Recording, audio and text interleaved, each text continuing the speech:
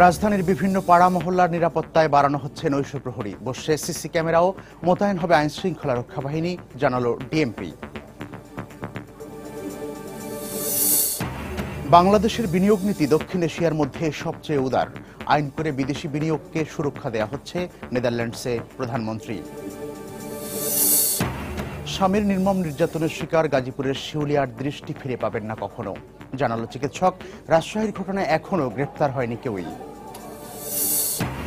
রাজধানীর শান্তিবাগ থেকে অপহরণের 5 ঘন্টা পর পরিবার ফিরে পেল তাদের 3 বছরের সন্তান সহ গৃহকর্মীকে।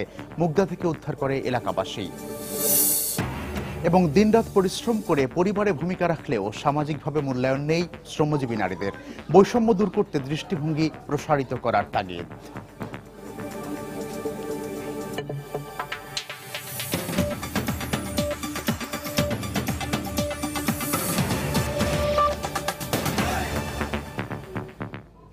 সময় সংবাদের সঙ্গে আছি আমি মিজানুর রহমান খবির। নিরাপত্তা জোরদার করতে ব্যক্তিগত ও স্থানীয় জনপ্রতিনিধিদের উদ্যোগে রাজধানীর বিভিন্ন পাড়া মহল্লায় বাড়ানো হয়েছে নৈশ প্রহরী, বসানো হয়েছে সিসিটিভি ক্যামেরা। এলাকাবাসী বলছেন এই উদ্যোগে আগের চেয়ে নিরাপদ ও নিশ্চিন্তে আছেন তারা। আর ঢাকা মেট্রোপলিটন পুলিশ ডিএমপি এলাকাবাসীর উদ্যোগকে স্বাগত জানিয়ে বলছে যে কোনো ঘটনায় অপরাধী শনাক্ত করতে সহায়তা করবেন তারা। ফখরুল শাহিনের রিপোর্টে বিস্তারিত। রাত 1টা, রাজধানীর লালবাগ এলাকা। সবাই গভীর ঘুমে আচ্ছন্ন থাকলেও নির্ঘুম রাত কাটছে নৈশ প্রহরীর। সঙ্গে যেন চোখ মেলে আছে সড়ক বাতি ও সিসিটিভি ক্যামেরা। উদ্দেশ্য এলাকাবাসীর নিরাপত্তা নিশ্চিতকরণ। শুধু লালবাগ নয়, এই দৃশ্য কামরাঙ্গীর চর, চকবাজার ও আজিমপুর সহ পূর্ণ ঢাকার আশেপাশের এলাকাগুলোর।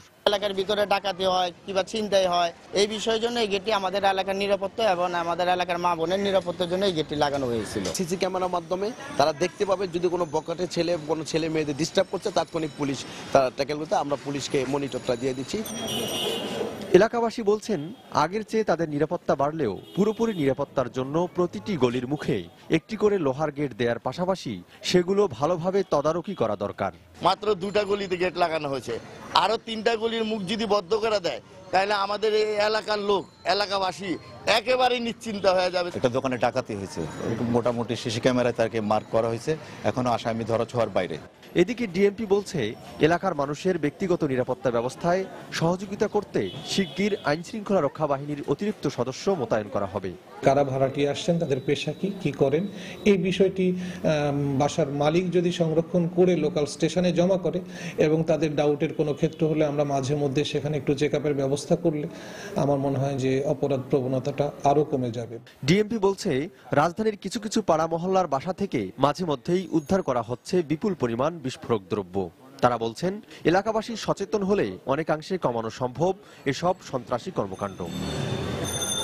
ফখরুল শাহিন, সময় সংবাদ, ঢাকা। প্রধানমন্ত্রী শেখ হাসিনা বলেছেন বাংলাদেশের বিনিয়োগ নীতি দক্ষিণ এশিয়ার মধ্যে সবচেয়ে উদার। এখানে আইন করে বিদেশি বিনিয়োগকে সুরক্ষা দেওয়া হচ্ছে। নেদারল্যান্ডসের হেগে বৃহস্পতিবার সে দেশের শীর্ষ ব্যবসায়ীদের সঙ্গে বৈঠকে একথা বলেন তিনি। এ সময় প্রধানমন্ত্রী আরও বলেন বাংলাদেশের অর্থনীতি বিশ্বের সবচেয়ে দ্রুত অগ্রসরমান 5টি দেশের মধ্যে একটি। দেশের দারিদ্র্য বিমোচন, খাদ্য নিরাপত্তা, শিক্ষা, স্বাস্থ্য, শিল্প সহ নানা ক্ষেত্রে বাংলাদেশের অর্জন তুলে ধরে বিনিয়োগকারীদের আরও বিনিয়োগের আহ্বান জানান তিনি। এছাড়াও জলবায়ু পরিবর্তনের সৃষ্ট সমস্যা সমাধানে দায়ী দেশগুলো সহ অন্য দেশগুলোকে আন্তরিক হয়ে এগিয়ে আসার আহ্বানও জানান প্রধানমন্ত্রী।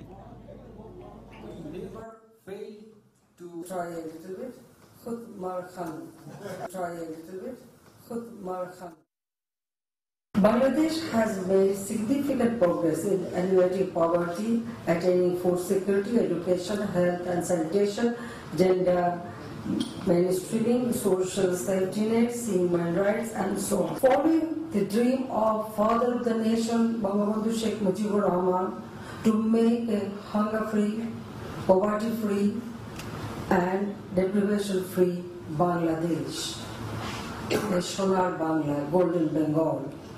We are on the way to becoming a digitalized, knowledge-based, middle-income country by realizing our vision 2021 and a developed country by 2041. We have already graduated to a lower middle-income country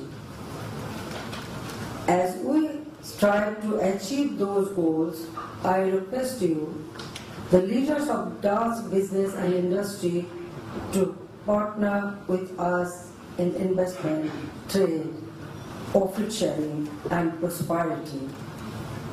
Together we can bring a change in the life of millions of people.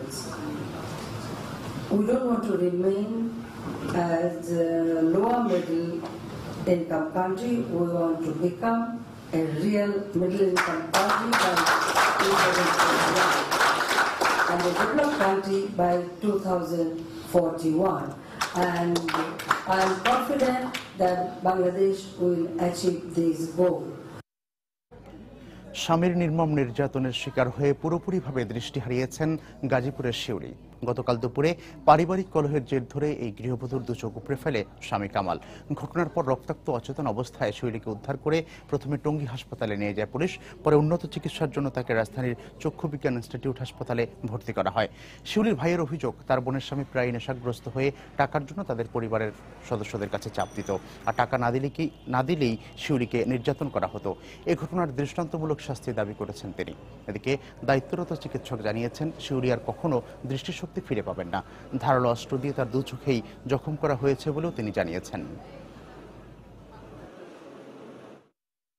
প্রায় torturing করতো, সে নিশা খাতো প্রচুর, নিশা খা torturing করতো, তার মধ্যে টাকা আনতে। আমার বোন জামাই আমার বোনের হাত মুখ বেঁধে চাকু দিয়ে দুই চোখই জখম করে, চোখ উঠে ফেলছে একটা, আমি এখনো দেখিনি, ডাক্তার সাহেব বলছে। আর যে জঘন্য কাজটা করছে এর জন্য আমার বোন জামাইয়ের ফাঁসি চাই আমরা। এই মুহূর্তে বাহ্যিকভাবে দেখে যতটা বোঝা যাচ্ছে যে দুই চোখের দৃষ্টিশক্তি থাকবে না। শুধু যদি কর্নিয়া ইনজুরি হতো তাহলে হয়তো আমরা কর্নিয়া ট্রান্সপ্লান্ট করে বা অন্য কোনোভাবে এটা সম্ভব হয়, কিন্তু যখন একদম পুরো চোখটাই উঠায় ফেলা হয় তখন আসলে কিছু করার থাকে না। এদিকে রাজশাহীতে ঋণের টাকা তুলে না দেওয়ার ঘটনায় নির্যাতিত গৃহবধূর চোখের অবস্থা এখনো শঙ্কামুক্ত নয়। এই ঘটনায় একটি মামলা করা হলেও এখনো কাউকে গ্রেফতার করতে পারেনি পুলিশ। স্বজনদের অভিযোগ, আসামিরা বহাল তবিয়তেই ঘুরে বেড়ালেও তাদের গ্রেফতার করছে না পুলিশ। এদিকে নির্যাতিতার চোখের অবস্থা এখনো শঙ্কামুক্ত নয় বলে জানিয়েছেন চিকিৎসক। এনজিও থেকে ঋণের টাকা তুলে না দেওয়ায় গত 1 নভেম্বর পবা উপজেলার নোরেসা বিবি নামে ওই গৃহবধূর উপর অমানসিক নির্যাতন চালায় স্বামী সিরাজুল ইসলাম। এক পর্যায়ে আঙুল দিয়ে তার দু চোখ উপড়ে ফেলার চেষ্টা করা হয় বলে অভিযোগ করে স্বজনরা। পরে আশঙ্কাজনক অবস্থায় তাকে রাজশাহী মেডিকেল কলেজ হাসপাতালে ভর্তি করা হয়।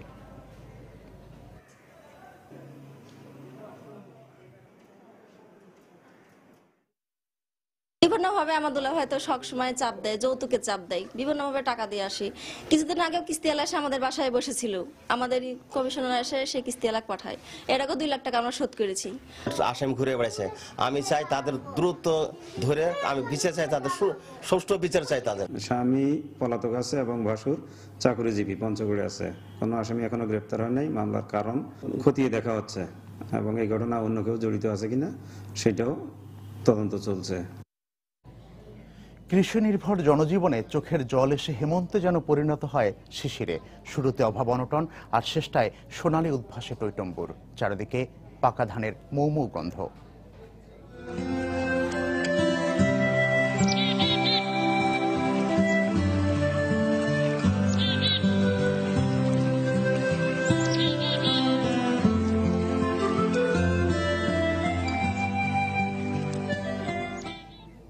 হিমার কুয়াশা জানান দিচ্ছে শীতের আগমনী বার্তা। হৈমন্তী হওয়ার সেই গল্প থাকছে সংবাদের শেষাংশে, দেখার আমন্ত্রণ রইল। রাজধানীর শান্তিবাগ থেকে অপহরণের 5 ঘন্টা পর উদ্ধার করা হলো 2 শিশুকে। উদ্বেগ উৎকণ্ঠায় থাকা অষ্টসজল মা সন্তানকে কাছে পেয়ে আনন্দে আত্মহারা হয়ে ওঠেন। তিনি বলেন, এমন ঘটনার মুখোমুখি যেন কোনো বাবা মাকে হতে না হয়। গতকাল সন্ধ্যে 6টার দিকে মুগদা বাস স্ট্যান্ড এলাকা থেকে শিশু দুজনকে উদ্ধার করে এলাকাবাসী। পরে তাদেরকে নিয়ে যাওয়া হয় পুলিশ হেফাজতে। পরীক্ষায় ভালো ফলাফল করা সন্তানকে নিয়ে আনন্দ উৎসবের দৃশ্য নয় এটি। চুরি হয়ে যাওয়া 3 বছরের শিশুকে মাত্র 5 ঘন্টা পরে বুকে ফিরে পেয়ে সৌভাগ্যবান মায়ের আনন্দ অশ্রু বিসর্জন। আর এই উৎসবে মন মাতাতে থেমে থাকেনি পরিবার, স্বজন, প্রতিবেশীরাও। আমার আর কোনো কিছু বলার মতো ভাষাও নেই। আমি আমার মেয়েকে পেয়েছি, আল্লাহর কাছে এটাই শুকরিয়া। আমি আর কিচ্ছু চাই না, সবাইকে সবার দোয়াই পেয়েছি। বৃহস্পতিবার সন্ধ্যায় মুগদা এলাকা থেকে বাবার বন্ধু পরিচয়ে এক শিশু ও গৃহকর্মীকে চুরি করে নিয়ে নিয়ে যায় দুর্বৃত্তরা। নানা উৎকণ্ঠার পর এলাকাবাসী ও পুলিশের সহায়তায় 2 শিশুকে খুঁজে পায় পরিবার। তালা ভাঙার পরে বলছে যে কে, যখন ওরা জিজ্ঞেস করছে ভিতরে বসে, তখন বলছে যে আমরা ওর বাবার বন্ধু, ওর বাবার বন্ধু, দরজা খুলো, চলো আমার সাথে। এরপরে ওদের 2জনকে বের করে নিয়ে গেছে। ওদের নাকি একটা বাসে তুলছে আর কি। বাসে তোলার পরে মুগদার এইদিকে একটা জায়গায় ওদেরকে ওইখানে বাসে নামাইছে আর কি, পানির ট্যাঙ্ক। হ্যাঁ, রেখে তারপর ওখান থেকে কিছু স্থানীয় লোক আবার থানায় দিয়ে দিয়েছে। তবে এমন ঘটনার মুখোমুখি যেন কাউকে হতে না হয়, সেই প্রত্যাশা ব্যক্ত করেন সন্তানের বাবা মা। মুজাহিদ শুভ, সময় সংবাদ, ঢাকা। দিনরাত পরিশ্রম করে পরিবার ও সমাজে গুরুত্বপূর্ণ ভূমিকা রাখলেও সামাজিকভাবে মূল্যায়ন নেই ময়মনসিংহ অঞ্চলের শ্রমজীবী নারীদের। বাঁকা চোখের চাহনি সবসময় তাড়িয়ে বেড়ায় তাদেরকে। মজুরি পান পুরুষের চেয়ে অনেক কম। এ অবস্থায় শ্রমজীবী নারীদের ক্ষেত্রে সামাজিক দৃষ্টিভঙ্গি প্রসারিত করার দাবি জানিয়েছেন নারী নেত্রীরা। হোসেন আলীর তোলা ছবি নিয়ে রিপোর্ট হারুনুর রশিদের।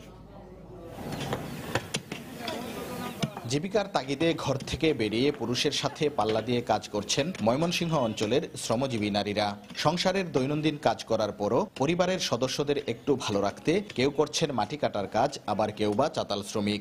শ্রমজীবী এসব নারী অমানসিক পরিশ্রম করে পরিবার ও সমাজে গুরুত্বপূর্ণ অবদান রাখলেও এখনো তাদের কাজের কোনো স্বীকৃতি নেই।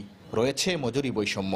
কাজ করি মানুষের টিটকারি আঙ্গুরে পারে, অনেক ধরনের কাজ করি, আঙ্গুর কেউ দাম দেয় না। যেটা বেতন পাই ফুলাফানের লেখাপড়া খরচ, আঙ্গুর খাওয়া খরচ চলে না। খাটনিতে যে করি, এই খাটনি অনুযায়ী আঙ্গুর আসলে বেতনটা আঙ্গুর সুন্দর ভালো পাই না। নারী নেত্রীরা বলছেন, শ্রমজীবী নারীদের ক্ষেত্রে সামাজিক দৃষ্টিভঙ্গি প্রসারিত করতে হবে। তাদের প্রতি যে অসম্মান দৃষ্টিতে দেখা হয়, এটি যদি পরিবর্তন করা হয়, আমার মনে হয় সকল নারীরাই সম্মানের সঙ্গে যে কোনো কাজের সাথে যুক্ত হয়ে রাষ্ট্রের, সমাজের এবং পরিবারের সফলতা বয়ে আনতে পারবে। এদিকে শ্রমজীবী নারীদের সামাজিক স্বীকৃতি ও মর্যাদা সম্পর্কে সচেতনতা তৈরিতে মহিলা বিষয়ক অধিদপ্তর কাজ করছে বলে জানান এই কর্মকর্তা। চেষ্টা করতেছি এই ভারসাম্যতা দূর করে একটা সমাজে একটা সমতা আনয়নের জন্য। আশা করি অদূর ভবিষ্যতে একটা পর্যায়ে আমরা উন্নীত হইতে পারবো। বিশ্লেষকরা বলছেন, শ্রমজীবী নারীদের মর্যাদা ও অধিকার নিশ্চিত করতে প্রশাসন ও জনপ্রতিনিধিদের আরও উদ্যোগী হতে হবে। হারুনুর রশিদ, সময় সংবাদ, ময়মনসিংহ। সময় সংবাদে আরো থাকছে, দলীয় প্রতীকে স্থানীয় সরকার নির্বাচনের সিদ্ধান্তের পরপরই মাঠে নেমেছেন গাইবান্ধার সম্ভাব্য প্রার্থীরা। ভোটারদের মিশ্র প্রতিক্রিয়া। এবং ফেনীতে অবৈধ গ্যাস সংযোগ দিয়ে কোটি কোটি টাকা হাতিয়ে নিচ্ছে প্রতারকরা। কর্তৃপক্ষ সংযোগ বিচ্ছিন্ন করলেও ধরাছোঁয়ার বাইরে চক্রটি, বিপাকে শত শত গ্রাহক।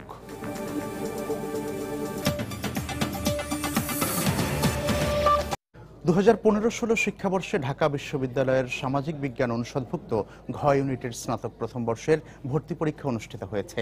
সকাল 10টা থেকে 11টা পর্যন্ত 1 ঘন্টার এই পরীক্ষায় অংশ নিয়েছেন 90,130 জন শিক্ষার্থী। ঢাকা বিশ্ববিদ্যালয়ের 52টি ও ক্যাম্পাসের বাইরে 35টি স্কুল কলেজ সহ মোট 87টি কেন্দ্রে একই সঙ্গে পরীক্ষা অনুষ্ঠিত হচ্ছে। এবার ঘ ইউনিটের আসন সংখ্যা 1465টি, যেখানে প্রতি আসনের বিপরীতে লড়ছেন প্রায় 62 জন শিক্ষার্থী। পরীক্ষার আগে বিশ্ববিদ্যালয়ের বিজ্ঞপ্তিতে জানানো হয়, পরীক্ষার হলে ক্যালকুলেটর, মোবাইল ফোন বা টেলিযোগাযোগ করা যায় এমন কোনো ইলেকট্রনিক ডিভাইস বা যন্ত্র ব্যবহার করা যাবে না। পরীক্ষার সময় মোবাইল কোর্টও পরিচালনা করেন বিশ্ববিদ্যালয় কর্তৃপক্ষ।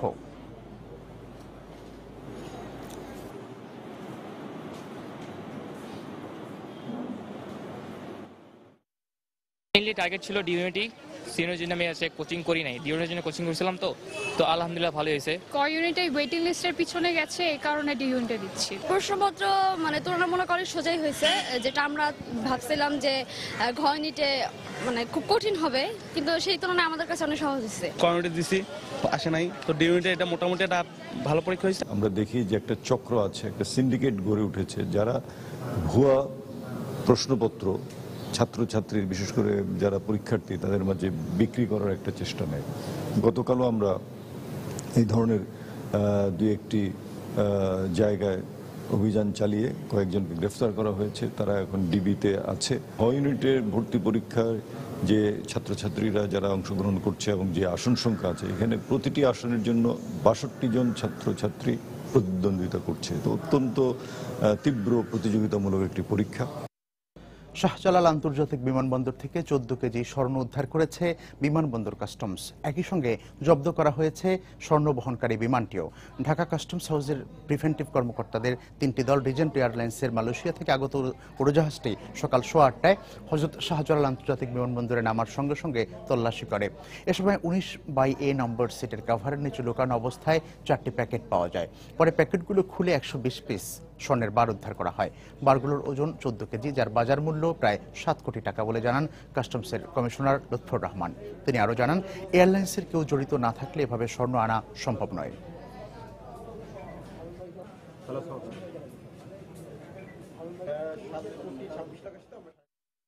রিজেন্ট এয়ারলাইন্সের আসা মালয়েশিয়া থেকে একটা ফ্লাইটে সিটের নিচে একটা বিশেষ কায়দা, একটা সিটের নিচে এই 14 কেজি গোল্ড আছে এবং 120 পিস গোল্ড বার এবং সিটে এটা গসটেপ দিয়ে লাগানো ছিল। এটা ইনভেস্টিগেট করব যে অন্য কোনো এয়ারলাইন্স বা অন্য কেউ এর সাথে জড়িত কিনা। তো যেহেতু আমরা কোনো প্যাসেঞ্জার পাইনি, তো তার জন্য এখানে কোনো অ্যারেস্ট নাই। দলীয় পরিচয় ও প্রতীকে স্থানীয় সরকার নির্বাচনের সিদ্ধান্তের পরেই গাইবান্ধায় সম্ভাব্য প্রার্থীরা নির্বাচনের জন্য মাঠে নেমে পড়েছেন। আর এ নিয়ে সাধারণ ভোটারদের মধ্যে দেখা গেছে মিশ্র প্রতিক্রিয়া। এদিকে এই নির্বাচনের স্বচ্ছতা নিয়ে শঙ্কায় রয়েছে বিএনপি ও জাতীয় পার্টি। তবে আওয়ামী লীগ বলছে শঙ্কার কিছুই নেই। আর বিশ্লেষকরা বলছেন, নির্বাচন কমিশন শক্তিশালী হলে সরকারের কিছুই করার থাকে না। ওবায়দুল ইসলামের ক্যামেরায় আরও জানাচ্ছেন হেদায়েতুল ইসলাম বাবু। পৌরসভা নির্বাচনের তফসিল ঘোষণা না হলেও পৌরসভাগুলোর মেয়াদ শেষ হয়ে আসায় ভোটারদের আকৃষ্ট করতে অলিগলিতে শোভা পাচ্ছে সম্ভাব্য প্রার্থীদের পোস্টার। অনেকে গণসংযোগও শুরু করেছেন। দলীয় পরিচয় ও স্ব দলের প্রতীকে স্থানীয় সরকার নির্বাচন অনুষ্ঠিত হবে এমন ঘোষণার পর নির্বাচনী প্রচারণায় সরগরম গাইবান্ধা। কিন্তু দলীয় পরিচয়ে নির্বাচনের বিষয়ে মিশ্র প্রতিক্রিয়া জানিয়েছেন ভোটাররা। দলমত নির্বিশেষে যে ভালো মানুষ আমরা তাকেই ভোট দেব। কে কার সমর্থন করছে প্রকাশ্য চলে আসবে। এটা লোকাল নির্বাচন, স্থানীয় পর্যায়ে, যার কারণে আমার কাছে এই মার্কাটা এখানে আমার কাছে খুব আপত্তিকর মনে হয়। অন্যদিকে হঠাৎ করে সরকারের নির্বাচন পদ্ধতির এই পরিবর্তন নিয়ে নানা শঙ্কার কথা জানালেন বিএনপি ও জাতীয় পার্টির নেতারা। তবে এতে শঙ্কার কিছু নেই বলে মনে করে সরকারি দল। পৌরসভায় যদি দলের একটা প্রভাব খাটিয়ে ভোট করে, তাহলে এই ইফেক্টটা যা পড়বে হচ্ছে আবার স্থানীয় সরকার ইউনিয়ন পরিষদগুলোতে। আমরা আশঙ্কা করতেছি তাদের যে দুর্বিসন্ধি, এই স্থানীয় সরকার পৌরসভা এবং ইউনিয়ন পরিষদও তাদের এই চিন্তা ভাবনা আছে। ভোট কেন্দ্রের কোনো কারণে কারচুপি এর আগেও হয় নাই, এখনো হচ্ছে না এবং ভবিষ্যতে হবে না। নির্বাচন কমিশন শক্তিশালী হলে কোনো ষড়যন্ত্রই সফল হবে না বলে মনে করছেন রাষ্ট্রবিজ্ঞানের এই শিক্ষক। নির্বাচন পরিচালনা করে নির্বাচন কমিশন। জনগণ যদি স্বতঃস্ফূর্তভাবে এই নির্বাচনে অংশগ্রহণ করে, সেটাই বড় কথা। জনগণই তার ভোটাধিকার নিশ্চিত করবে। গাইবান্ধা জেলায় 3টি পৌরসভা রয়েছে। তার মধ্যে গাইবান্ধা পৌরসভার জনসংখ্যা প্রায় 68,000 আর ভোটার সংখ্যা 48,000। হেদায়েতুল ইসলাম বাবু, সময় সংবাদ, গাইবান্ধা। ফেনীতে জাল কাগজপত্র বানিয়ে অবৈধভাবে গ্যাস সংযোগ দিয়ে একাধিক চক্র গ্রাহকদের কাছ থেকে হাতিয়ে নিচ্ছে কোটি কোটি টাকা। কর্তৃপক্ষ এসব অবৈধ সংযোগ বিচ্ছিন্ন করলেও ধরাছোঁয়ার বাইরে রয়ে যায় সংঘবদ্ধ চক্র। আর সংযোগ প্রতি 1.5 থেকে 2 লাখ টাকার বিনিময়ে নেওয়া শত শত গ্রাহককে পড়তে হচ্ছে চরম বিপাকে। অবশ্য বাখরাবাদ কর্তৃপক্ষের দাবি, এই চক্রের সঙ্গে তাদের কোনো সম্পৃক্ততা নেই। মীর হোসেন রাসেলের ক্যামেরায় রিপোর্ট আতিয়ার সজলের। ফেনী শহরতলির বাখরাবাদ গ্যাস থেকে অবৈধভাবে সংযোগ নিয়ে গ্যাস ব্যবহার করার অপরাধে গত 3 মাসে জরিমানা সহ জেলায় শতাধিক সংযোগ বিচ্ছিন্ন করেছেন ভ্রাম্যমাণ আদালত। অবৈধ এসব সংযোগ বৈধ বলে গ্রাহক প্রতি 1.5 থেকে 2 লাখ টাকা হাতিয়ে নিয়েছে একটি চক্র। অবশ্য টাকা বুঝে নিয়ে চক্রটি রাতারাতি গ্রাহকদের দিয়েছে গ্যাসের সংযোগও। কিন্তু কিছুদিন পরই বাখরাবাদ গ্যাস ফেনী অফিসের কর্মকর্তাদের সাথে নিয়ে অভিযান চালিয়ে অবৈধ সংযোগ বিচ্ছিন্ন করে প্রশাসন, পাশাপাশি গ্রাহকদের জরিমানাও করে। অবৈধ নাকি কইতার আমরা তো বৈধ কারণে টাকা নেওয়া হয়েছে, টাকা দিছি আমরা 1 লাখে পৌঁছায়। বাকারাবাদে তার অফিসার আছে বড়, কথা বলছেন, এরা সবাই মিলে বলতেছে আমরা একদিনের লাইন লইয়ে লাইছি। এদিকে অবৈধ সংযোগের সাথে জড়িত প্রতারক চক্রের বিরুদ্ধে আইনি পদক্ষেপ নেওয়ার কথা জানালেন ফেনী সদর উপজেলার এই শীর্ষ কর্মকর্তা। ভুক্তভোগী যারা অবৈধ সংযোগ গ্রহণকারী হিসেবে জরিমানা শিকার হয়েছেন, তারা তাদের বিরুদ্ধে মামলা করতে পারেন, প্রতারণা সহ অন্যান্য ধারা যেগুলো কভার করে। আর আমার দিক থেকে যে নামগুলো আমি পেয়েছি আমি তাদেরকে জিজ্ঞাসাবাদ করবো, তাদের বিরুদ্ধে ব্যবস্থা নেওয়ার জন্য আমি চেষ্টা করব। আর বাখরাবাদ গ্যাস বিতরণ কোম্পানির ফেনীর ব্যবস্থাপকের দাবি এই চক্রের সাথে তাদের কেউ জড়িত নন। ডিমান্ড নোট ইস্যু হলে পরে তো আমার যে ডিমান্ড নোট রেজিস্টার আছে ওই রেজিস্টারে ওই গ্রাহকের নাম, ঠিকানা, টাকার পরিমাণ, কোড নম্বর থাকবে, এগুলো নাই। এই ডিমান্ড নোট এই অফিস কর্তৃক ইস্যু হয় নাই।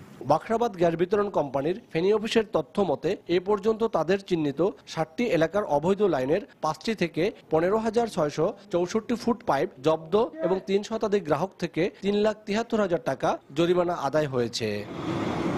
আতিয়ার সজল, সময় সংবাদ, ফেনী। 30 নভেম্বরের পর চাল, চিনি, সারসহ 6টি পণ্য বাজারজাতকরণ কিংবা পরিবহন সব ক্ষেত্রে প্লাস্টিকের মোড়ক নিষিদ্ধ করতে যাচ্ছে সরকার। এ লক্ষ্যে সরকারি বেসরকারি পাটকলগুলোকে আগামী 1 মাসে 10 কোটি পাটের বস্তা তৈরির লক্ষ্যমাত্রা বেঁধে দিয়েছে বস্ত্র পাট মন্ত্রণালয়। যদিও বিজেএমসি বলছে চাহিদার তুলনায় কয়েক গুণ বেশি বস্তা তৈরির সক্ষমতা রয়েছে এই সংস্থাটির। অন্যদিকে সরকারের এই সিদ্ধান্ত বাস্তবায়ন হলে পাটকলগুলো আবারও পুরনো চেহারায় ফিরবে বলে আশা পাটকল শ্রমিক কর্মচারীদের। রিপোর্ট জুবায়ের ফয়সালের। 2010 সালে আইন করে দেশের বাজারে নিষিদ্ধ করা হয় সার, চিনি, চাল সহ 6টি পণ্যে প্লাস্টিকের মোড়কের ব্যবহার, যা কার্যকর হওয়ার কথা ছিল 2014 সালের 1 জানুয়ারি থেকে। কিন্তু বেঁধে দেওয়ার সময় প্রায় 1.5 বছর পেরোলেও আইনটি সীমাবদ্ধ রয়ে গেছে কাগজ কলমের মধ্যেই। সম্প্রতি পাটের বস্তা ব্যবহার বাধ্যতামূলক করার লক্ষ্যেই আসছে ডিসেম্বরের প্রথম দিন থেকেই দেশের বাজারে প্লাস্টিকের মোড়ক নিষিদ্ধ করতে যাচ্ছে সরকার। এক্ষেত্রে পাট শিল্প বাঁচানোর পাশাপাশি বাজারে পাটের তৈরি পণ্য আরও জনপ্রিয় করাটাই সরকারের মূল লক্ষ্য বলে জানালেন বস্ত্র ও পাট প্রতিমন্ত্রী। যখন আমরা উদ্যোগ নিতে গেছি এককভাবে শুধু আমাদের মন্ত্রণালয়ের পক্ষ থেকে খুব বেশি একটা সফলতা পাইনি। বর্তমানে জাতীয় আন্তর্জাতিক বাজারে আমাদের কিছুটা মন্দভাব আসছে। আমাদের পার্শ্ববর্তী দেশ ভারতে আমাদের কাঁচারে পাট রপ্তানির উপর কিছুটা বিধিনিষেধ আরোপ করছে।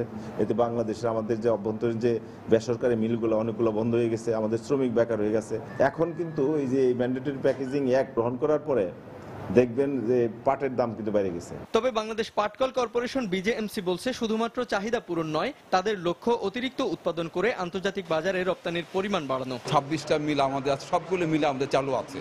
প্রত্যেকটা মিলে আমাদের প্রোডাকশন হচ্ছে পার ইয়ার ম্যান্ডেটরি প্যাকেজিং একটা যদি এটা বাস্তবায়িত যদি হয় তাহলে পার ইয়ার আমাদের 40 থেকে 50 কোটি পিস আমাদের জুট ব্যাগ আমাদের লাগবে। এদিকে দীর্ঘদিন ধরে কর্মহীন পাটকল শ্রমিকরা সরকারের এমন সিদ্ধান্তে ইতিবাচক প্রতিক্রিয়া জানিয়েছেন। অন্তত এবার পাট শিল্প ঘুরে দাঁড়াবে বলেই আশা তাদের। গভর্নমেন্ট যদি প্লাস্টিকের এটা বাতিল করে দেয়, আমাদের এই পাট পণ্যরে যদি ভালোভাবে সচল করে চলার ব্যবস্থা করে, এই দেশের একটা উন্নতি হবে। আইনে নির্দিষ্ট পণ্যগুলোর ক্ষেত্রে 5 কেজির বেশি মোড়কীকরণে বাধ্যতামূলকভাবে পাটের মোড়ক ব্যবহার করতে হবে। অন্যথায় ভ্রাম্যমাণ আদালতের মাধ্যমে অভিযান চালিয়ে জেল জরিমানার পাশাপাশি ব্যবসায়িক কার্যক্রম বন্ধেরও পদক্ষেপ নেবে সরকার।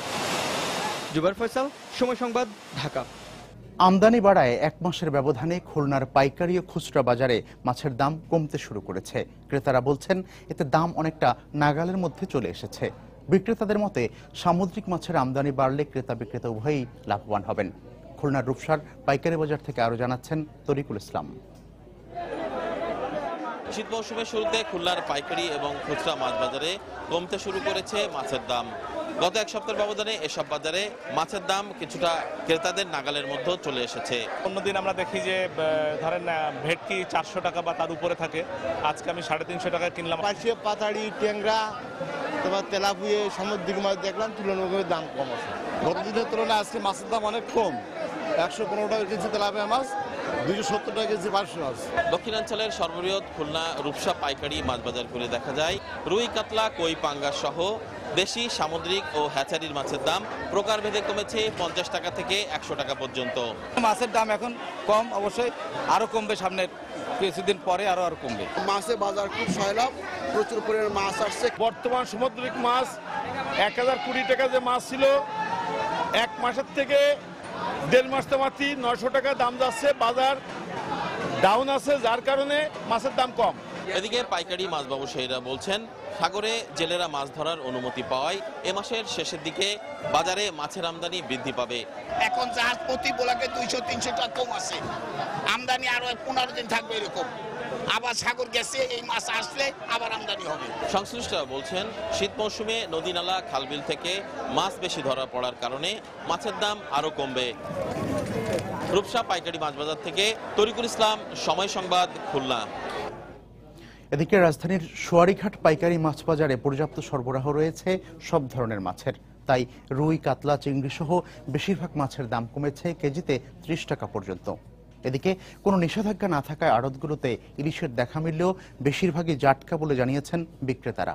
গত সপ্তাহের তুলনায় দামও বেশি। বিস্তারিত কামরুল হাসান সবুজের রিপোর্টে। ক্রেতা বিক্রেতার হাকডাকে সরগরম রাজধানীর অন্যতম বড় পাইকারি মাছ বাজার সোয়ারীঘাট। নদীনালা খালবিলের পানি কমে যাওয়ায় মাছের সরবরাহ অন্যান্য দিনের তুলনায় বেশি। বাজারে পাইকারি দরে প্রতি কেজি চিংড়ি 500, কই 130, পাঙ্গাস 110, তেলাপিয়া 100 আর সিলভার কার্প বিক্রি হচ্ছে 60 টাকায়। চাহিদা মতো সরবরাহ থাকায় গত সপ্তাহের তুলনায় দাম কমেছে বলে জানালেন আড়তদাররা। অন্যান্য দিনের থেকে আজকে মাছের দাম কম, কেজিতে 20 টাকা কম। পাটা মাছ বেচতেছি আমরা 90 টাকা, 100 টাকা, পুঁটি মাছ 70, 80, কাতল 120 টাকা, রুই মাছ বেচতেছি আমরা 140, 50। এদিকে আড়তগুলোতে দেখা গেল নানা আকারের ইলিশের পর্যাপ্ত সরবরাহ, তবে বেশিরভাগই জাটকা বলে জানালেন স্বয়ং বিক্রেতারাই। পাশাপাশি দাম বেশির কথাও জানান তারা। কেজি ওজনের এক হালি ইলিশ বিক্রি হচ্ছে 6000 টাকায়, গত সপ্তাহের তুলনায় 1000 টাকা বেশি। এখন বর্তমানে 800 গ্রাম ওজনের মাছ 1000 থেকে 4000 টাকা বর্তমান বাজার যাইতেছে। বড় মাছ খুবই কম, জাটকা মাছটা একটু বেশি। 300 টাকা হালি পাইকার দাম কইতাছে। ওজন হইল একটা 300-250 ওজন হইব, 4 টাকা কেজি হবে। এটা বেচতেছি 420 টাকা হালি, আর এটা কথা 200 গ্রাম হইব। তবে সপ্তাহ ধরেই নিম্নমুখী নানা প্রজাতির সামুদ্রিক মাছের দাম। দুই ব্লক আপনার 44 কেজি, কাতরিক বিক্রি হয়েছে 1250, 1200, 1300, বড় চোখ বিক্রি হয়েছে 4700। সব ধরনের মাছের দাম আগামীতে আরো কমবে বলে জানালেন আড়ত মালিকরা। কামরুল হাসান সবুজ, সময় সংবাদ, ঢাকা। অন্যদিকে সরবরাহ বাড়লেও রাজধানীর কাঁচা বাজারে কমছে না শীতকালীন শাকসবজির দাম। বিক্রেতারা বলছেন মৌসুমের শুরু হওয়ায় সবজির দাম কিছুটা বেশি, যদিও এটাকে কারণ হিসেবে মানতে নারাজ ক্রেতারা। অন্যদিকে সরবরাহে কোনো ঘাটতি না থাকলেও মাছ বাজারে দামের ঊর্ধ্বগতি অব্যাহত রয়েছে, যদিও কারণ হিসেবে বিক্রেতারা দায়ী করছেন সরবরাহের ঘাটতিকেই। শীত ঋতুকে দেশের বাজারে সবজির ভরা মৌসুম বলা হয়, তাই বছরের এ সময়টাতে বাহারি সব শাকসবজির স্বাদ নিতে অপেক্ষায় থাকেন ভোক্তারা। সবুজ সতেজ টমেটো, ফুলকপি, বাঁধাকপি দেখে ভোক্তাদের কেনার ইচ্ছা প্রবল হলেও বাজার দর নিয়ে অসন্তোষ রয়েছে তাদের। আমার কাছে মনে হচ্ছে আগের চেয়ে বাজারের মার্কেট প্রাইস একটু হাই, প্রাইস একটু হাই, এবং it is the effect of the increase of the government salary, something else. বাজারের অবস্থা এখন সবজি আছে মোটামুটি, দাম অনেক বেশি। বাজারে কেজি প্রতি টমেটো 160, ফুলকপি 40 থেকে 50, বাঁধাকপি 50, শিম 60 আর নতুন আলু বিক্রি হচ্ছে 120 টাকায়। সবজির দাম কিছুটা বেশি স্বীকার করে বিক্রেতারা বলছেন দাম কমতে আরো 1 মাস পর্যন্ত অপেক্ষা করতে হবে। আস্তে আস্তে আরো কমবে দাম, ফসল হইতেছে, শীত পুরো পরে নাই কে, তাজা আগের চেয়ে না দাম প্রতিটা দাম কমছে। নতুন দেশি টমেটো, সিম, নতুন বেগুন আছে, গাজর আছে নতুন, ঠিক আছে, এগুলো একটু দাম বেশি। সরবরাহের ঘাটতি না থাকলেও মাছ বাজারেও নেই কোনো সুখবর। মাঝারি আকারের এক হালি ইলিশ কিনতে ক্রেতাদের গুনতে হচ্ছে 3.5 থেকে 4000 টাকা। রুই 180 থেকে 300, তেলাপিয়া 140 আর চিংড়ি বিক্রি হচ্ছে 500 থেকে 1000 টাকা কেজি দরে। নদীতে মাছ কম, আর এর জন্য মাছের দামটা অতিরিক্ত বাড়তি। মাছ নাই তো, এবার দেশে মাছই নেই, দামের মাছের দাম কমবে কিভাবে? মাছের আমদানি থাকলে দাম কমে, আর আমদানি নেই কমবে করতে নেই। দাম প্রচুর, দাম বেশি, সরবরাহ অনুযায়ী কমে নাই। আমাদের আয়ের গাছ বাজারে আসলে ওই রকম মেলে না, মাছের দাম বেশি, আয়ের কম। এদিকে কেজিতে 10 টাকা কমে ব্রয়লার মুরগি বিক্রি হচ্ছে 130 টাকা দরে। আগের দামেই কেজি প্রতি গরু 420 আর খাসির মাংস বিক্রি হচ্ছে 550 টাকায়। জুবাইর ফয়সাল, সময় সংবাদ, ঢাকা। সংস্কারের অভাবে চলাচলের অনুপযোগী হয়ে পড়েছে কুমিল্লার 3টি উপজেলার 26 কিলোমিটার সংযোগ সড়ক। ঝুঁকি নিয়ে যানবাহন চলাচল করায় প্রায়ই ঘটছে দুর্ঘটনা। দুর্ভোগের কথা স্বীকার করে সড়ক সংস্কারের জন্য ইতিমধ্যে দরপত্র আহ্বান করা হয়েছে বলে জানিয়েছেন স্থানীয় জনপ্রতিনিধি। আর দ্রুত কাজ শুরুর আশ্বাস দিলেন স্থানীয় সরকার অধিদপ্তরের নির্বাহী প্রকৌশলী। বাহার রায়হানের পাঠানো তথ্য ছবি নিয়ে ডেস্ক রিপোর্ট। কুমিল্লার শহরতলির চাঁদপুর ব্রিজ থেকে ব্রাহ্মণবাড়িয়ার শালদা নদী পর্যন্ত দূরত্ব মাত্র 26 কিলোমিটার। তবে 45 মিনিটের এই পথ পাড়ি দিতে এখন সময় লাগছে 3 থেকে 4 ঘন্টা। আর বর্ষা মৌসুম এলে শহরমুখী মানুষের চাপে রাস্তাটি পরিণত হয় অনেকটা ছোটখাটো খালে। যত্রতত্র খানাখন্দকের কারণে মানুষের দুর্ভোগের পাশাপাশি যানবাহন চলাচলেও সৃষ্টি হচ্ছে প্রতিবন্ধকতা। দৈনিক অ্যাক্সিডেন্ট হইতেছে এবং এই রাস্তার ঝাঁকুনির কারণে মানে গাড়ি ঘোড়ার বিরাট অসুবিধা হইতেছে। বউ বাজার একটা আছে, কাপ্তান বাজার একটা আছে, সানপুর একটা আছে, তিনটা রোডের অবস্থা খুব খারাপ। এদিকে রাস্তার বেহাল দশার কথা স্বীকার করে দ্রুত কাজ শুরুর আশ্বাস দিলেন স্থানীয় জনপ্রতিনিধি। ফকিরবাজারের দক্ষিণ পাশে একটা ব্রিজ আছে, ব্রিজটার দক্ষিণ পাশে কোতোয়ালি সীমানা। ইতিমধ্যে এলজিডি থেকে এই কাজটা ওয়ার্ল্ড ব্যাংকের অর্থায়নে এটা টেন্ডার হয়েছে। তবে বৃষ্টির কারণে কাজ শুরু করতে দেরি হচ্ছে বলে জানালেন স্থানীয় সরকারের দায়িত্বপ্রাপ্ত এই কর্মকর্তা। আমরা ইতিমধ্যে এই কুমিল্লা সদর অংশটা আমরা দরপত্র আহ্বান করে চুক্তি সম্পন্ন করেছি, যেটা বিগত কয়েক মাস বর্ষার জন্য আমরা কাজটা শুরু করতে পারিনি, এবং ইতিমধ্যে আমরা সাইট হস্তান্তর করেছি ঠিকাদারকে দ্রুত কাজ শুরু করার জন্য। বর্তমানে আদর্শ সদর উপজেলার 8 কিলোমিটার অংশের সংস্কার কাজের জন্য 3 কোটি 33 লক্ষ টাকার বাজেট ঘোষণা করা হয়েছে। সবশেষ 2010 সালে 2 কোটি 35 লাখ টাকা ব্যয়ে রাস্তাটি সংস্কার করা হয়েছিল। সময় সংবাদ, কুমিল্লা। খুলনায় ফর্টিস স্কট নামে বেসরকারি একটি হাসপাতালে আগুন লেগে কিছু যন্ত্রপাতি পুড়ে গেছে। সকাল 10:15টায় সোনাডাঙ্গা আবাসিক এলাকার এই হাসপাতালটিতে আগুন লাগে। ফায়ার সার্ভিস জানায় হাসপাতালের একটি ল্যাবরেটরির ইউপিএস থেকে আগুনের সূত্রপাত। খবর পেয়ে ফায়ার সার্ভিসের 6টি ইউনিট ঘটনাস্থলে পৌঁছে প্রায় আধা ঘন্টা চেষ্টা চালিয়ে আগুন নিয়ন্ত্রণে আনে। এ সময় হাসপাতালের চিকিৎসারত রোগী ও তার স্বজনদের মধ্যে আতঙ্ক ছড়িয়ে পড়ে।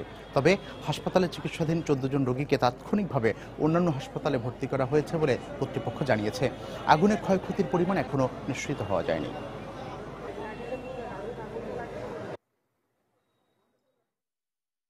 ল্যাবের যে ইউপিএস থেকে শর্ট সার্কিটের মাধ্যমে আগুনের সূত্রপাত।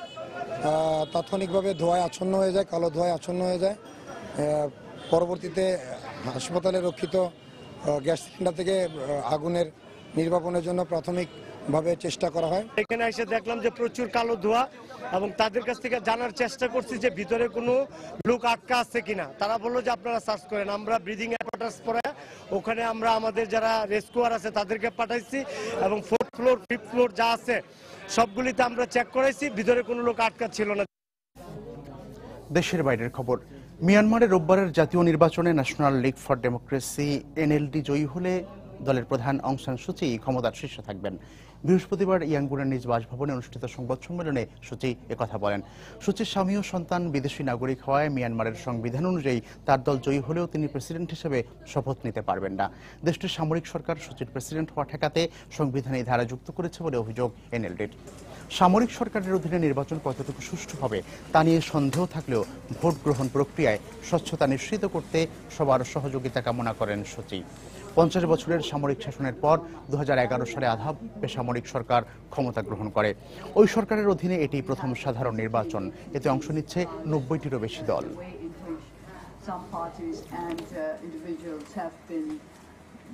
পশ্চিমা দেশগুলোতে তুষারপাত বড়দিনের বার্তা বয়ে আনে। এই তো শীত সেখানে জেঁকে বসতে শুরু করেছে। চারদিকে শুরু হয়ে যাচ্ছে বড়দিনের আয়োজনও। প্যারিসের বিখ্যাত ডিপার্টমেন্ট স্টোর গ্যালারিস লাফায়েত্তি বড়দিনের কথাই মনে করিয়ে দিতে একটি অনুষ্ঠানের আয়োজন করেছে। চলুন দেখে আসি তার কিছু ঝলক। স্টার ওয়ার্স সিনেমার শুটিং স্পটে নয়, এটি আসলে প্যারিসের রাস্তায়। সেখানকার বড় ডিপার্টমেন্ট স্টোর গ্যালারিস লাফায়েত্তি বড়দিন উপলক্ষে এই আয়োজন করেছে। স্টার ওয়ার্সের বিভিন্ন চরিত্রের পোশাক পরে উপস্থিত হওয়া মডেলরা এই উৎসবে একদমই ভিন্ন মাত্রা যোগ করেছে। সাথে ছিল রোবটও, কিন্তু এই রোবট স্টার ওয়ার্স ছবির রোবটের মতো মানুষের কথা শুনতে পারে না। বিভিন্ন রঙের লাইট এবং মিউজিক বাজিয়ে এই রোবট মানুষের মন ভোলাচ্ছিল। মনে হচ্ছে আমি জাদুর দুনিয়ায় চলে এসেছি। আমার বাচ্চাগুলো তো আনন্দে লাফাচ্ছে। ভালো, সত্যিই খুব ভালো। গ্যালারিস লাফায়েত্তির পক্ষ থেকে জানানো হয়েছে আর কিছুদিন পরেই আসছে স্টার ওয়ার্সের নতুন সিনেমা, সাথে আবার বড়দিনও। এজন্যই এই অনুষ্ঠানের আয়োজন করেছেন তারা।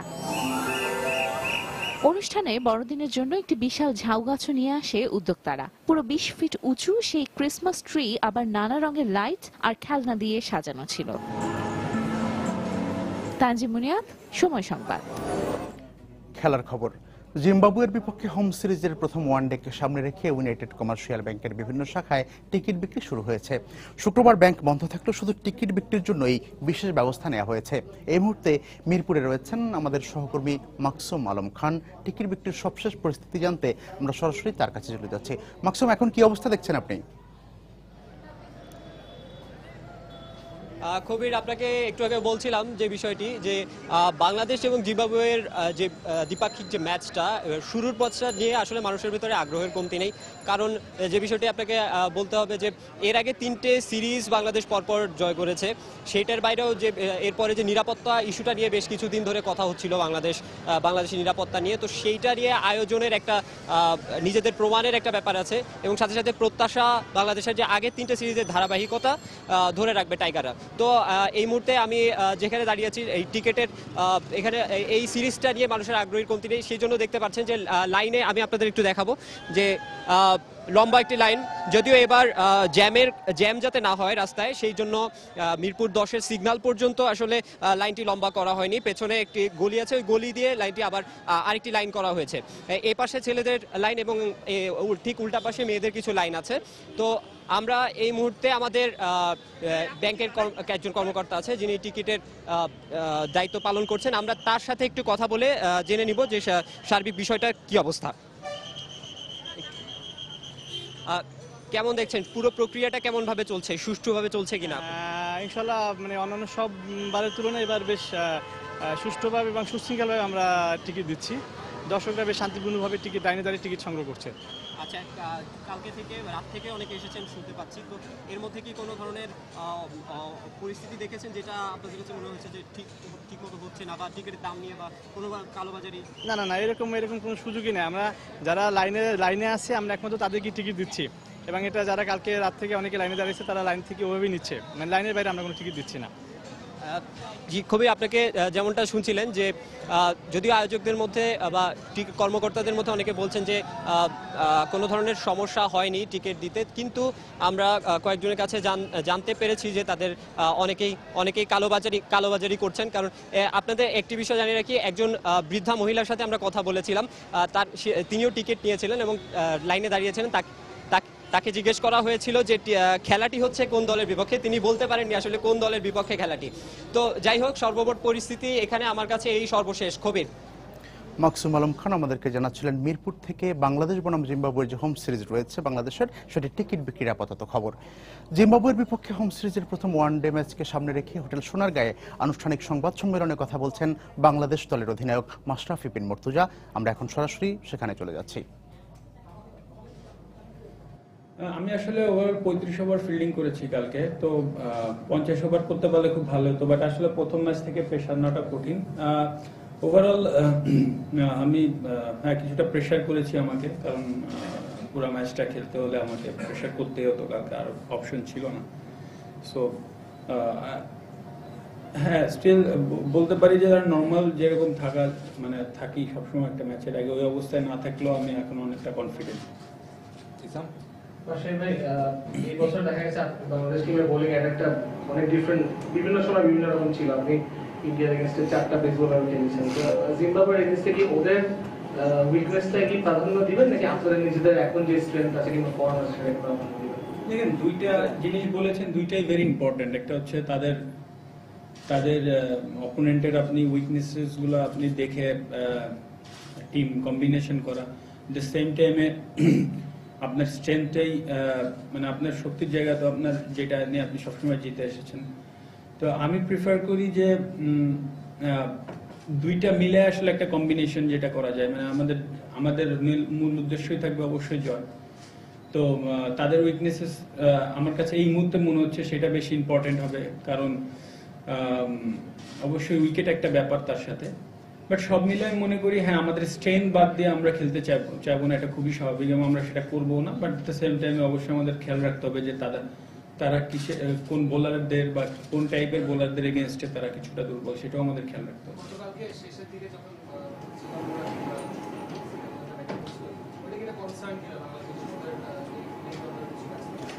না, অবশ্যই টোটাল ম্যাচটা হেরেছে এটাই আমার কাছে কনসার্ন, কারণ বাংলাদেশ টিমের হয়ে খেলতে নেমে আপনি যার এগেনস্টেই হারেন না। এখন অবশ্যই আমরা আমি বিশ্বাস করি 2007-এর পর থেকে আমরা যখন বিশ্বাস করা শুরু করেছি যে আমরা জিততে পারি যে কারো এগেনস্টে, হ্যাঁ কখনো কখনো হারতে হারতে মনে হয়েছে না এখন ভালো খেলাটাই জরুরি, বাট আমি সবসময় বিশ্বাস করেছি না আমাদের নটে আমরা জিততে পারি, এবং সেই জায়গা থেকে আজকে এই পর্যন্ত আসা। তো আমার কাছে মনে হয় যে ম্যাচটা হেরেছি কালকে, সেটা নিয়েও আমি কনসার্ন, কারণ তারা যে 280 প্রায় 280 চেস করেছে, অবশ্যই সেটা তারা ভালো ব্যাটিং করেছে, সুতরাং লাইটলি নেওয়ার কোনো সুযোগ নেই। আর একটা ব্যাপার হচ্ছে যে আমাদেরও ভালো যেভাবে খেলে আসছিলাম ওয়ার্ল্ড কাপ থেকে, তো ইভেন জিম্বাবুয়ে সিরিজ থেকে যেখান থেকে আমরা শুরু করেছিলাম জেতাটা, আমাদের ওইভাবেই খেলতে হবে, আর ওইভাবে খেললে আমার বিশ্বাস যে আমরা ইনশাল্লাহ ভালোটাই করব। বাংলাদেশ জাতীয় ক্রিকেট দলের অধিনায়ক মাশরাফি বিন মুর্তজা বক্তব্য রাখছিলেন সংবাদ সম্মেলনে জিম্বাবুয়ের বিপক্ষে যে সিরিজ হবে সে বিষয়ে। আমরা তখন সরাসরি সেখানে ছিলাম। এবার ঋতুকন্যা হেমন্ত নিয়ে একটি প্রতিবেদন। পাকা ধান আর কাঁচা শীতের আমেজ নিয়ে প্রকৃতিতে অনেকটা চুপি চুপি এসে নিজের অস্তিত্বে জানান দেয় ঋতুকন্যা হেমন্ত। এ ঋতুতে ভোরে শিশির ভেজা ঘাসে মুক্তদানা আর ফসলের সোনালী সমুদ্র যেন পূর্ণতা আনে প্রকৃতিতে, বার্তা এনে দেয় নবান্নের। তবে নগরায়নের প্রভাবে আবহমান কাল ধরে চলা গ্রাম বাংলার এই ঐতিহ্য হারিয়ে যাচ্ছে বলে মনে করেন প্রকৃতিবিদরা। বিস্তারিত সাদিয়া আফরিন রিপোর্টে, ক্যামেরায় ছিলেন শাহিদুল ইসলাম হীরা।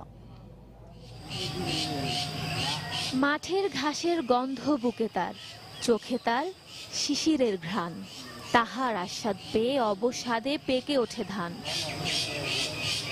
কবি জীবনানন্দের দেখা রূপসী বাংলার আবহমান কার্তিকের সোনালী ক্ষেত আর শিশিরের ঘ্রাণের দেখা মেলে এই হেমন্তে। কৃষি নির্ভর জনজীবনে হেমন্ত আনন্দ বেদনার কাব্যের মতো, শুরুতে অভাব অনটন আর শেষটায় সমৃদ্ধির সোনালী উদ্ভাসে টইটুম্বুর। দেখতে দেখতে সবুজ মাঠগুলো ছেয়ে গেছে হলুদের চাদরে, জানান দিচ্ছে নবান্নের কথা। নবান্ন মানেই তো চারিদিকে পাকা ধানের মৌ মৌ গন্ধ, মাঠে মাঠে চলে ফসল কাটার ধুম, আর এই ফসলই সমৃদ্ধি আনবে কৃষকের জীবনে, মাতাবে সার্বজনীন উৎসবের ছোঁয়ায়। এরই মধ্যে কিষান কিষানি নিতে শুরু করেছেন নবান্নের সাজ। ঢেঁকি ধোয়া মোছা চলছে, মাটির ঘর লেপা আর গোলায় ধান তোলার কাজ। ধান কাটা নতুন লাগছে, এখন আমাদেরকে ঘরে ধান উঠবে, আমাদের সবারই আনন্দ। ধান কাটতেছি, ঘরে তুলতেছি, বড় খুশির দিন আমাদের। হেমন্ত ফসলের গোলা ও মন ভরপুর এক ঋতু প্রকৃতিবিদদের কাছে। ফসলের সমৃদ্ধির আশ্বাস নিয়ে আছে, গড়ে গড়ে ফসল কাটার আয়োজন হয়। মানুষ নিশ্চয়তায় আরো অনেকগুলি মাস তার জীবনে কাটবে, এ নিয়ে আনন্দিত থাকে। সবুজ সোনা রং জমিনে মুক্তোর কারুকাজ, হিম উষ্ণ কুয়াশাই বলছে শীত আগত, হৈমন্তী হাওয়ার স্বরলিপির সুর তাই। সাদিয়া আফরিন, সময় সংবাদ, সাভার, ঢাকা।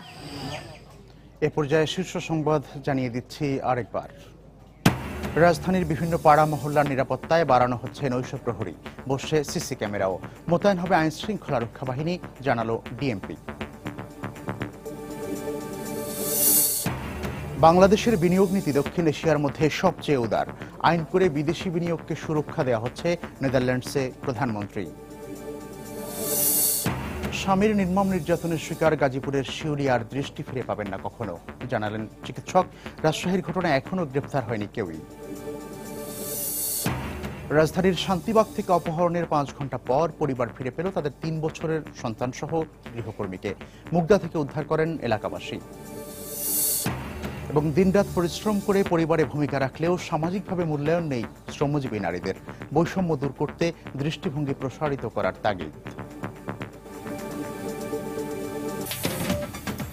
এই ছিল এখনকার মতো। যে কোনো খবর পেতে ভিজিট করুন সময়নিউজ.tv। যে কোনো বাংলা লিংক, রবি ও সিটিসেল নম্বর থেকে সময় সংবাদের খবর, অনুষ্ঠান সম্পর্কে জানতে এবং যে কোনো তথ্য সময় সংবাদকে জানাতে ডায়াল করুন 1642 নম্বরে। এছাড়া এইমাত্র পাওয়া খবর আপনার মোবাইলে পেতে SMS করুন SN লিখে পাঠিয়ে দিন 1642 নম্বরে। সঙ্গে থাকুন সময়ের।